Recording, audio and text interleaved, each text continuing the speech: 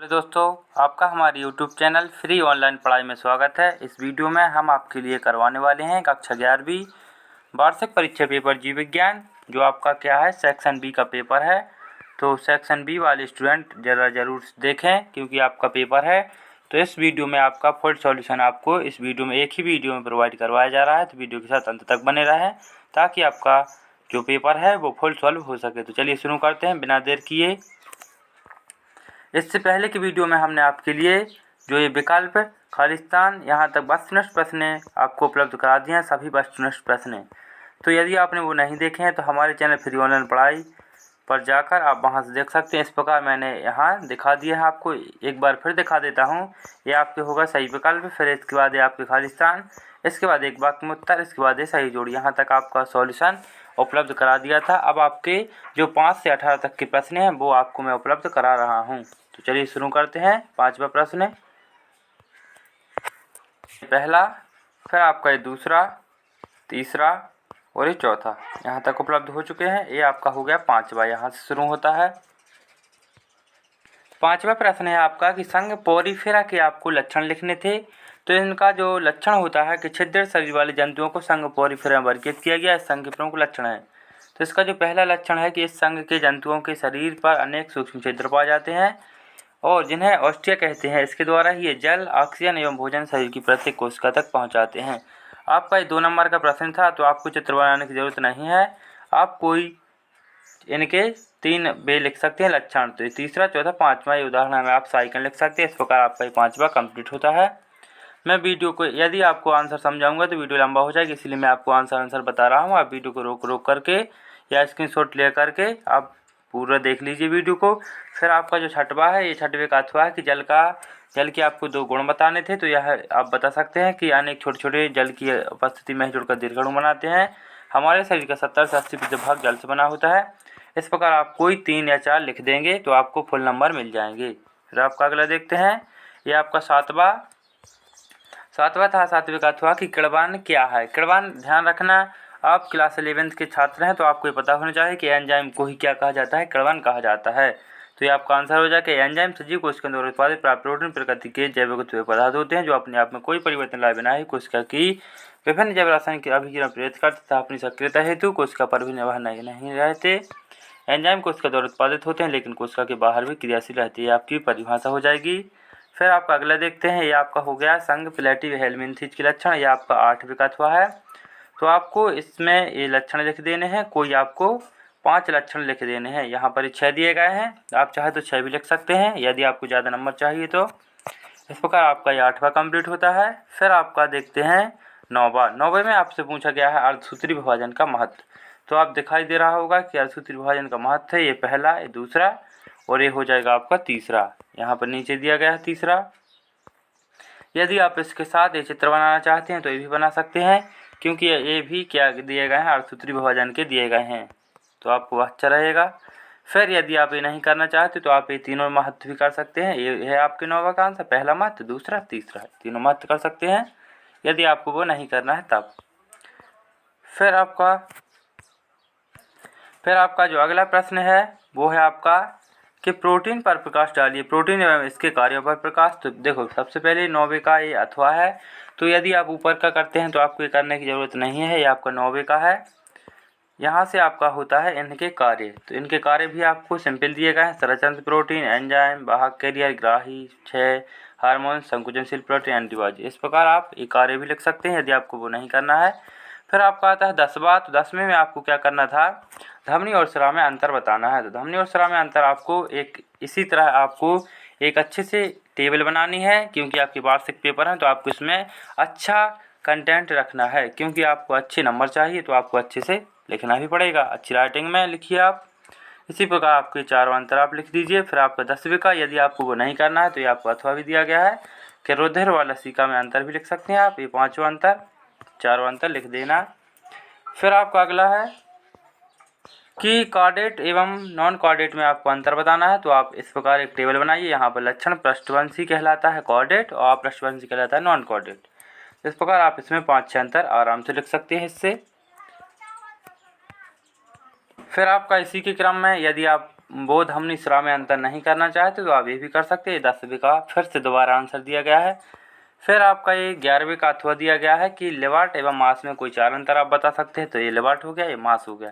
इसका पहला, इनका गैमेटोफाइट हृदयकार चैप्टर थैलस होता है और इनका गैमेटोफाइट पत्तियों विभक्त हो जाता है। इसी प्रकार दूसरा, तीसरा, चौथा, ये चारों आप लिख सकते हैं आपके आंसर कॉपी में। तो अभी तक आपने हमारे वीडियो को लाइक तथा चैनल को सब्सक्राइब नहीं किया है तो प्लीज़ सब्सक्राइब कर लें और अन्य सेक्शन के भी छात्र इस चैनल को सब्सक्राइब कर लें ताकि मैं उन सभी सेक्शन का वीडियो डालने वाला हूं। तो आप प्लीज़ सब्सक्राइब जरूर करें। देखते हैं आपका अगला प्रश्न है। अगला प्रश्न था आपका कि ताला चाबी सिद्धांत को समझाइए। तो ये आपका आंसर हो जाएगा। यहाँ पर आपको ये चित्र भी अनिवार्य बनाना है क्योंकि इसी के आधार पर ये सिद्धांत है। तो यहाँ पर यहाँ से यहाँ तक ये सिद्धांत हो गया, इसका स्क्रीनशॉट ले लीजिए। फिर इसके नीचे थोड़ा सा है तो ये भी आपको लिखना है, यहाँ से यहाँ तक ये सिद्धांत कंप्लीट होता है। फिर आपका जो 13वां प्रश्न है वो है असीमाक्ष एवं ससीमाक्ष में आपको अंतर बताने हैं। तो आपके जो अंतर हैं वो आपको स्क्रीन पर दिखाई दे रहे हैं, असीमाक्ष और ये ससीमाक्ष। तो इसमें मुख्य अक्ष की वृद्धि असीमित होती है, इसमें मुख्य अक्ष की वृद्धि सीमित होती है। जिस प्रकार नाम है उसी प्रकार इसमें अंतर सॉल्व दिए गए हैं। ये आपके पांचों अंतर आपको अच्छे से कर लेने हैं। दूसरा, तीसरा, चौथा, पांचों अंतर आप लिख सकते हैं अपनी आंसर कॉपी में। फिर आपका अगला है अस्थि और उपास्थि। ये आपके 13वें का अथवा है। यदि वो आप 13वां नहीं करना चाहते तो आप इसका अथवा कर सकते हैं कि अस्थि और उपास्थि में अंतर। तो इसके भी आपको अच्छे से अंतर दिए गए हैं, 2 यहाँ दिए गए हैं और 3 यहाँ दिए गए। तो आप इन दोनों को कर सकते हैं, आपको जो करना है वो आप कर सकते हैं। फिर आपका जो 14वें का अथवा है ये है आपका कि प्रकाश संश्लेषण की दर को प्रभावित करने वाले कारक को समझाइए। ये तो बहुत ही सिंपल आंसर है, आप अच्छे से लिख सकते हैं। सबसे पहले आपको क्या लिखना है, प्रकाश का पॉइंट लिखिए, फिर कार्बन डाइऑक्साइड, फिर तापमान। इसके बाद आपका अगला, यदि आप 5 पॉइंट लिखेंगे तो आपको अच्छा रहेगा, जल, ऑक्सीजन। ये आपको 5 लिख देने हैं अपने आंसर कॉपी में। इस प्रकार आपका ये 13वां भी कंप्लीट होता है। फिर आपका 14वां देखते हैं कि आपको इसमें क्या करना है, ग्लाइकोलिसिस की विभिन्न पदों में समझाना है। तो ये आपका आंसर थोड़ा लॉन्ग आंसर है, मतलब बड़ा आंसर है। तो यदि आप इसको नहीं करना चाहते इसका अथवा भी है, आप टेंशन मत लें। तो आपको इसका आंसर यहाँ से यहाँ, फिर यहाँ ये 5 पॉइंट लिख देने हैं। फिर इसके नीचे यहाँ ये आपकी प्रोसेस हो गई, ग्लाइकोलिसिस की क्रिया। इतनी थोड़ी लॉन्ग होती है। इस प्रकार देखो, आप देख सकते हैं एक पेज में तो आपकी यही बनेगी। तो यहाँ से फिर यहाँ से फिर यहाँ तक आपका 10 तक, यहाँ तक आपका यहाँ से क्वेश्चन क्या होता है, ख़त्म होता है यहाँ। और आपका शुरू कहाँ से हुआ, तो 3 पेज का लगभग आपका ये आंसर है। तो यदि आप वो नहीं करना चाहते तो आप दूसरा भी कर सकते हैं, अथवे वाला। फिर आपका अगला है तंत्रिका कोशिका की रचना का चित्र द्वारा वर्णन कीजिए तथा तंत्रिका ऊतक के 2 कार्य भी आप लिख सकते हैं। तो आपको ये लिख देना है, ये आपके अथवा है 15वें का, तंत्रिका कोशिका की संरचना का चित्र द्वारा वर्णन कीजिए। तो इसका आपको यहाँ पर एक चित्र बनाना है तंत्रिका ऊतक का, यहाँ पर एक कार्य लिख देने हैं। तो यहाँ पर ये चित्र हो जाएगा आपका। फिर इसके जो कार्य हैं वो मैं आपको कार्य समझाता हूँ। सबसे पहला कार्य है, यह ऊतक चेतना संबंधी सभी संवेदनाओं को ग्रहण करने का कार्य करता है, शरीर में होने वाली सभी ऐच्छिक तथा अनैच्छिक क्रियाओं का नियंत्रण करता है। यदि आपको इसकी PDF चाहिए तो आपको हमारे टेलीग्राम ग्रुप को ज्वाइन करना होगा। टेलीग्राम ग्रुप का नाम है फ्री ऑनलाइन पढ़ाई। आप सबसे पहले, यदि आपके मोबाइल में टेलीग्राम ऐप ना हो तो आप उसे प्ले स्टोर से डाउनलोड करके उसमें आप फ्री ऑनलाइन पढ़ाई सर्च करेंगे तो मेरा चैनल आ जाएगा, उसमें आप ज्वाइन हो जाइए तो आपको इसकी PDF भी मिल जाएगी। इसके बाद अगला देखते हैं, ये आपने देख ही लिया है 13वें का अथवा। फिर आपका जो आपको 15वां दिया था, यदि आप वो नहीं करना चाहते अथवा वो थोड़ा लॉन्ग आंसर है तो आप क्या कर सकते हैं, वृक्काणु की संरचना बना सकते हैं। ये आपको बहुत ही सिंपल क्वेश्चन है ग्लाइकोलिसिस से ना करने का, तो आप ये कर सकते हैं। इसका चित्र बड़ी तरीके आसानी से बना सकते हैं। तो इस प्रकार ये वृक्काणु को चित्र आपको बना लेना है अपने आंसर कॉपी में। तो यह भी आप कर सकते हैं, यह आपको अच्छा रहेगा। फिर आपका अगला है 16वां। तो 16वें में आपको क्या करना है कि केंचुए की आहार नाल का वर्णन करना है, मतलब आपको चित्र बनाना है आहार नाल का। तो आप देख सकते हैं कि आहार नाल का चित्र यहाँ पर आपको शो किया गया है। यहाँ पर माउथ, फेरेंक्स है, इस प्रकार इसके नाम भी आपको करने हैं। यहाँ पर मैंने कुछ हिंदी में नाम लिखे हैं, जैसे ये लसिका ग्रंथि, आंत का हिस्सा, सन्निपात। इस प्रकार आप हिंदी में भी लिख सकते हैं यदि आप हिंदी मीडियम से हैं। तो बस आपके लिए हो जाएगा आंसर। फिर आपका अगला आता है 17वां। 17वें में आपको क्या करना है, चक्रीय तथा चक्रीय फोटोफॉस्फोरिलेशन में अंतर लिखना है। तो आप ये आंसर लिख लीजिए। आप उनको चारों अंतर को आप अच्छे से लिख लेना। फिर आपका अगला आता है, ये 4 है और ये आपका 5वां 6वां, ये 6 अंतर है इसमें, सॉरी बता नहीं रहा था। फिर आपका ये साध्वी का अथवा है, मतलब साध्वी का ये मेन उत्तर है कि आक्सी श्वसन तथा अनाक्सी श्वसन में आपको अंतर लिखने हैं कोई। ये तो आप 10th से पढ़ते आ रहे हैं तो आपको ये तो अच्छे से याद ही होंगे। मैं आपको एक बार पढ़ के बताता हूँ कि ऑक्सी श्वसन की क्रिया ऑक्सीजन की उपस्थिति में होती है, अनाक्सीजन की क्रिया कैसी ऑक्सीजन की अनुपस्थिति में होती है। यह क्रिया माइटोकॉन्ड्रिया कोशिका के जीवद्रव्य माइटोकॉन्ड्रिया में पूर्ण दोनों में पूर्ण होती है। यह क्रिया केवल जीवद्रव्य में ही पूर्ण होती है। इस प्रकार आपके 6 अंतर आपको लिख देने हैं। 5 अंक वाला प्रश्न है तो आपको 6 अंतर जरूरी है। फिर आपका अगला है 18वें का अथवा है आपका कि मूत्र निर्माण की क्रिया विधि आपको बतानी थी। तो ये आपका बहुत ही लॉन्ग आंसर है, मतलब बड़ा आंसर है। तो ये आप क्या कर देंगे, इससे 3 चरणों में पूरी होती है इसकी क्रिया।